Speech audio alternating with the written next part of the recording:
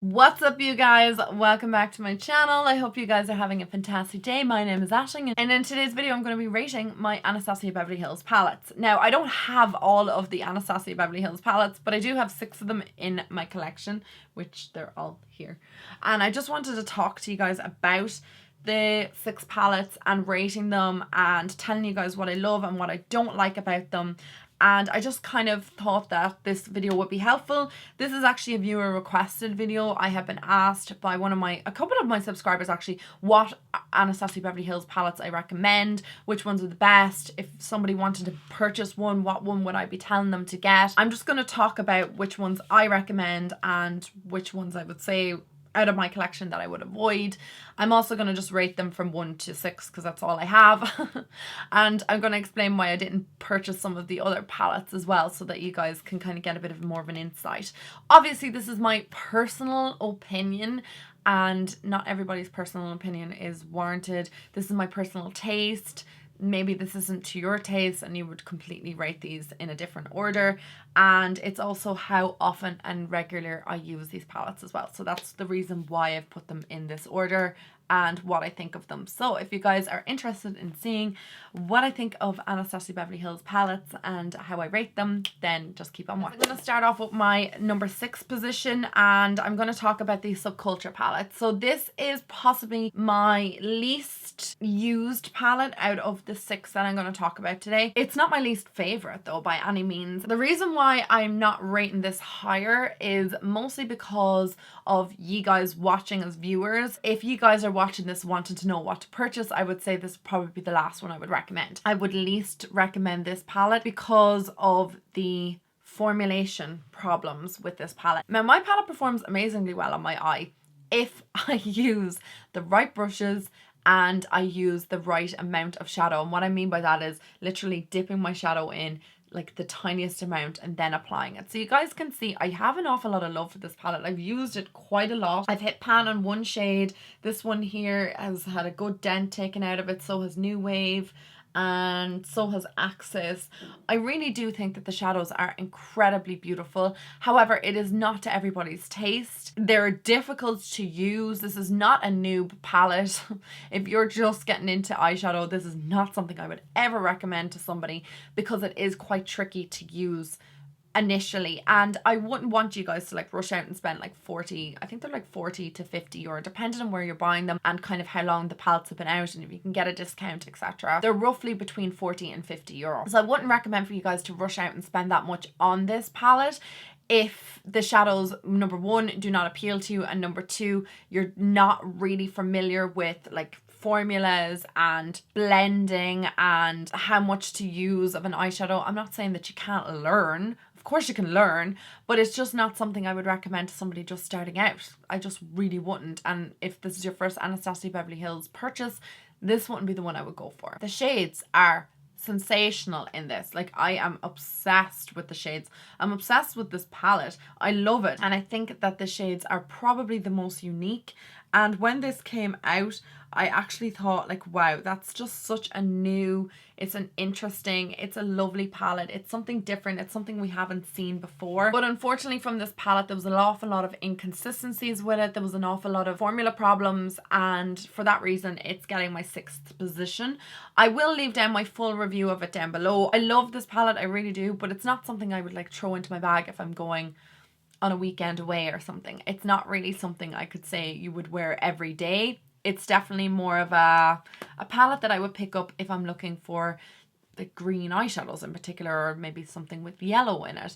It's that type of eyeshadow palette. It's not daily use, but it's definitely something I look for if I'm looking or feeling the vibe of these colors. That's all I'll say about that. I just feel like the inconsistencies with formula and just how difficult it can be to use, that's why it's getting my 6th position. Next up we have Modern Renaissance. This is number 5. You're probably kind of surprised with this. You probably thought it'd be up further along the line. However, the reason why I put this in the 5th position is because I just think that these eyeshadows have been kind of like done to death. These colors, obviously when this first came out, this was very, very new And like, I mean, this eyeshadow palette's on the go is a 4 years on the go. It's a long time on the go. But when this first came out, this collection of eyeshadows was definitely new, and we hadn't seen all these pops of red in a long time in eyeshadow palettes, and it was definitely something a little bit more unique. I have hit like 1, 2, 3, 4 eyeshadows have been hit pan, and we're kind of coming up on a 5th one there. I love this eyeshadow palette. I really think it's quite versatile. I've seen deep skin tones wear this and really fair skin tones wear this, so I love the versatility of this palette. When I look at this, I'm not really as inspired as I used to be with it.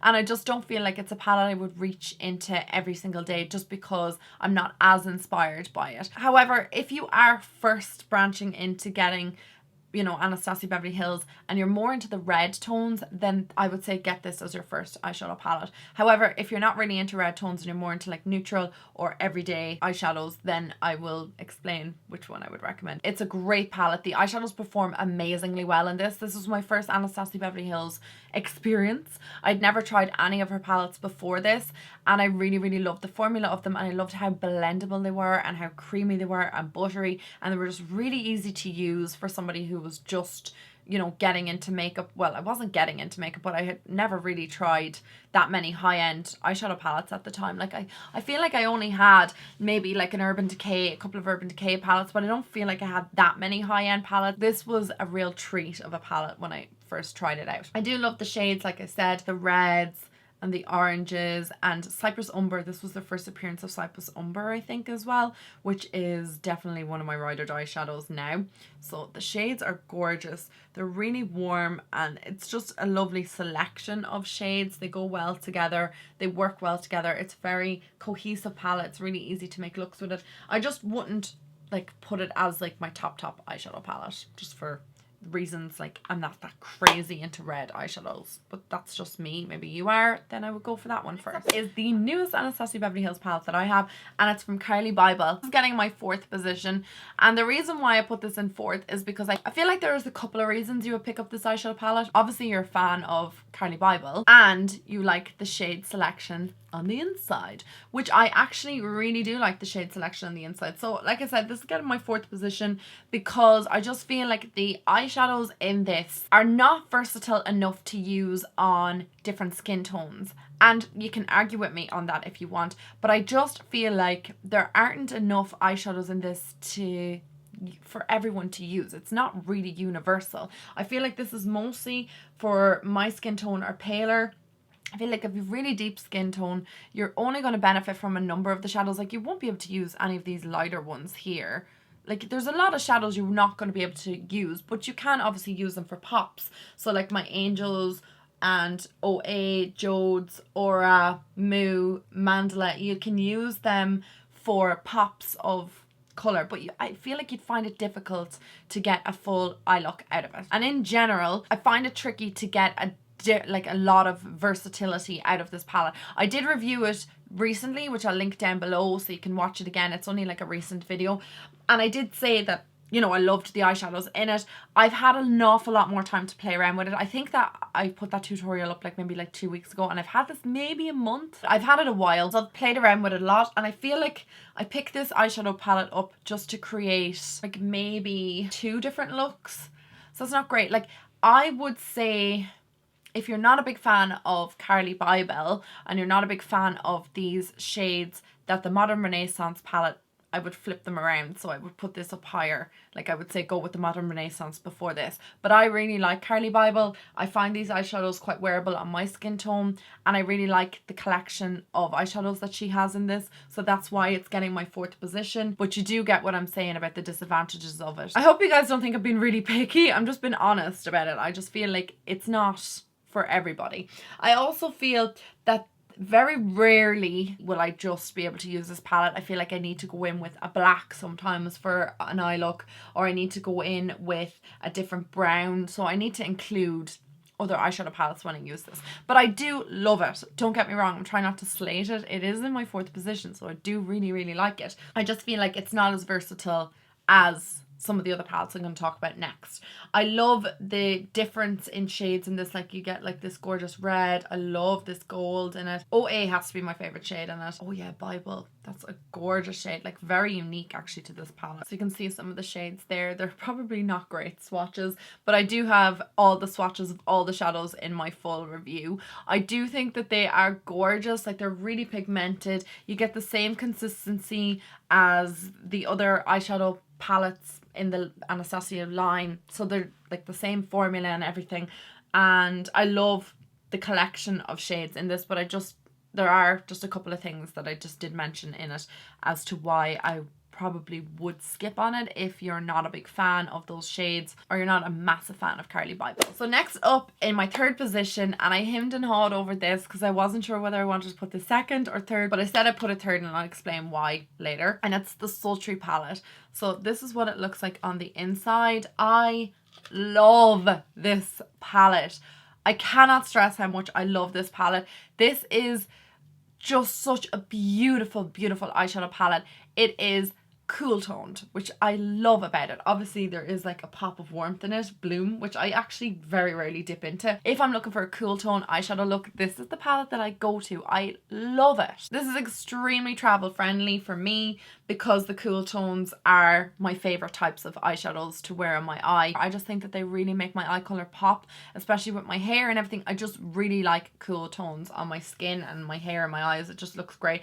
This eyeshadow palette is amazing. I think I have a review of it. If I do, I'll link it down below. I think I have a review of nearly all of these eyeshadow palettes, so whichever ones I have, they'll all be linked in the description. I'm not just going to keep repeating myself. The eyeshadows in this aren't like the most unique things that you've ever seen. You could probably get them in different palettes, but it's just the way that they are together laid out in this palette, and it's such a cohesive palette. The shades are wonderful. I love everything about them, and they're really creamy. And oh, I just really love this palette, guys. I just love the cool tone theme of this palette. I have no negatives to say about this palette because I feel like everything is there you need to create a beautiful cool tone smoky eye. You can even go in with this shade here and kind of create like a warmer tone through the crease, and then you can go in with like a bit of black to create like a smoky black liner or a bit of the dark brown. Like if I'm being really, really picky, I would love Cinder or Teak are very, very like, so I think I would prefer if Teak wasn't in it and they put maybe another transition color in it. Like maybe I'm completely wrong in saying that I don't need another transition color in it. I would like a shade lighter than Dystopian and deeper than Twig and Birch because they're the same depth, and Teak and Cinder are quite similar. So that's probably the only criticism I'd have. So that's Teak and that's Cinder. I don't know if you can even see that, but they are quite similar. There is a tiny bit of difference to them, but not like a whole lot. One's a little bit more brown, one's a little bit more pink. But unfortunately on my eyes, they end up kind of looking the same. So that's why I would say like one or the other, and Cinder I definitely prefer. I get the most gorgeous eyeshadow looks out of this. Every time I look at it, I think of a different eyeshadow look to do with it. It's really cohesive. The shadows blend amazingly well. I just love everything about this palette, other than those kind of little critiques that I would make about it. But other than that, it's amazing. Definitely one of the best Anastasia Beverly Hills palettes around, I think. And it's a little bit underrated. I'm not going to lie. Not that many people kind of rave about this. I think it's amazing. Next up, I want to put this in my second position. I was gonna put this in third, but I was hemming and hawing over Sultry and this one, and then I said no, this one is totally up my alley in shades, and it's exactly what I would think of if I was to create my own palette, and it's the Norvina palette. I know that this isn't to everyone's taste because it is purples, so that's why I'd say Sultry and this, you can like interchange them, kind of almost a tie for second, really, to be fair. But I do love this because of the purples in it. It is oh, so pretty. I love the purples in this because they're unique. They're not like every purple you would get in a palette. When I think of purple eyeshadows, these are kind of the purples I want. This one down here is like more of like a blue purple, but it just looks so pretty on the eye. Celestial, oh my god, love. Drama, love. Rose Gold, so pretty. And then Summer, again, that's like one of my favorites. Those shadows are just unbelievable, and they're just so unique. Like, look at them there. Again, if you're not into purples, then this eyeshadow palette would be one that I would say you don't need in your collection, because realistically, you're only going to be picking up this palette to create something like purple. You're not going to be picking it up to go for a neutral look. However, you can create that, because like Incense, Eccentric, Passion, and Volatile are a little bit more on the neutral side. You could get away with them. And obviously Base is quite neutral. Dreamer, Dazzling, Rose Gold could be kind of considered neutral. So you can get neutral looks from it, but why would you buy this for a neutral look? You'd buy it for the purples. I love this eyeshadow palette. I really think it is gorgeous. It's stunning on the eyes. I love everything about this. A lot of people kind of criticized this when it came out as well. It was a little bit kind of like the Subculture. Some people didn't really understand the hype around it. I totally think it's warranted. It's gorgeous. It's a really, really pretty palette. And I love the colour of the outside of it. I don't know, this is like my least dirty of all of the Anastasia Beverly Hills palettes. I have no complaints about this palette. I have no constructive criticism. No complaints. I love it. I love everything about it. I love the theme behind it. I think it's like definitely up there, one of the best eyeshadow palettes. And my number one is Soft Glam. This has to be in your collection if you want to purchase an Anastasia Beverly Hills palette and you are into smoky, more neutral eyeshadow looks, then this is your go-to, man. This is the first palette I would think to pack if I am traveling. I only have this palette, I want to say 6 weeks, but I use it obviously daily nearly. I've used it today. I used a little bit of orange soda, a little bit of burnt orange, and a tiny bit of Cypress Umber. It is my favorite palette. The only thing that I have noticed with this in comparison to my other palettes, this tends to fade a little bit on me, like ever so slightly. Not like the most dramatic fade you've ever seen, but I can notice that throughout the day the eyeshadows do fade, like towards the end of the day if I'm wearing it all day. If I put it on in the evening time, it lasts all night, but I do find that the shadows in this don't last as long as, we'll say, like Sultry, but that's because these are more like neutral, whereas Sultry is definitely a lot more cooler and there's a lot more depth to the shadows and a lot more darkness to the shadows. You can see them there. But obviously this is in my number one, so I would prefer this and pick this over Sultry. I would pack this straight away when I'm going anywhere because I know it's fail safe. I'm going to get like a beautiful look with it. It's everything I want from an eyeshadow palette. The only things that kind of bother me about it is glistening and fairy. Very, very, very similar, and I know one is more yellow, one is more like on the gold side. I think you can see them there. That's definitely a little bit more gold, and that one's a little bit more with the yellow. So I do know that they are different, but I just don't feel like you need both. And both of them look quite similar in my eyes. I love the shade Mulberry, which is like this plummy shade. Noir is super black. I think Orange Soda is probably my favorite. It's down there. You probably can't even see it. Orange Soda is the first shadow I will put on my eye when I'm creating any eyeshadow look. I absolutely love it, and I just think it's a great transition shade. I love the colours in this palette. I love the color story. I love how neutral they are. I love that you can create a smoky eye look, or you can create an everyday eye look. It's just a very versatile palette, and I feel like most skin tones can wear this. It goes from like light, medium, and then a little bit of depth, and then again Mulberry has a bit more depth in it as well, so it is a really great palette. Again, like I said, the only thing is glistening and fairy. Very, very similar. I love Dusky Rose as well. Tempura was in the Modern Renaissance, and so was Cypress Umber, and they were kind of like two of my favourite shades in it.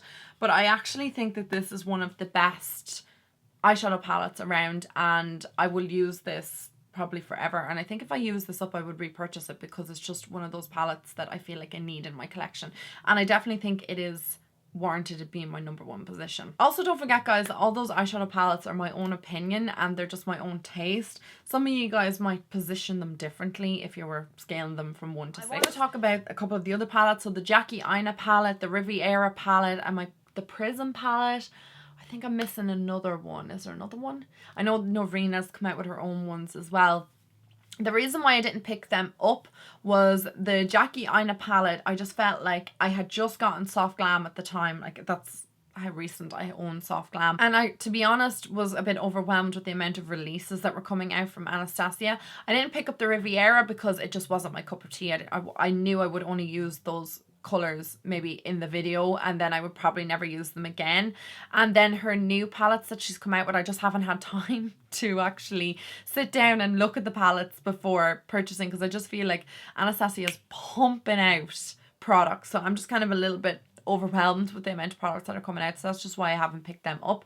But I do have those 6. I love those 6, and those 6 are going to remain in my collection and they'll be used constantly. I feel like I have a lot, like I know that 6 palettes is an awful lot, like I would never go through 6 eyeshadow palettes in your entire life probably, but obviously I make YouTube videos and I definitely would like to try out a couple more of her palettes. Like, is there any of the new ones that you would recommend? Like, what do you guys think of the Jackie Aina one? I just haven't gotten around to maybe even ordering it. And like Carli Bybel, I was a massive fan of, so as soon as I heard about her release I had to purchase it, whereas I don't really watch Jackie Aina, so I, you know, but the eyeshadows look nice. But what do you guys think of them? Are they good? Are they worth purchasing? And what do you guys think of the new Norvina ones if you've tried them? I think that's it. Is there any other ones that I'm missing? Prism I didn't use. My friend gave me a lend of it to try out and I wasn't that crazy about it, so that's why I didn't purchase it myself. Yeah, but anyway guys, I hope you enjoyed me ranking my Anastasia Beverly Hills palettes and talking a little bit in depth about the pros and cons of each, because I do think there are pros and cons to each of the palettes. Even as much as I love some of them, there are pros to them, and even as much as I wouldn't reach into some of the other ones, there are massive pros to it. So I hope you guys enjoyed today's video. If you did, give it a thumbs up, and I will talk to all you guys in my next video. I love you guys. Mwah. Bye.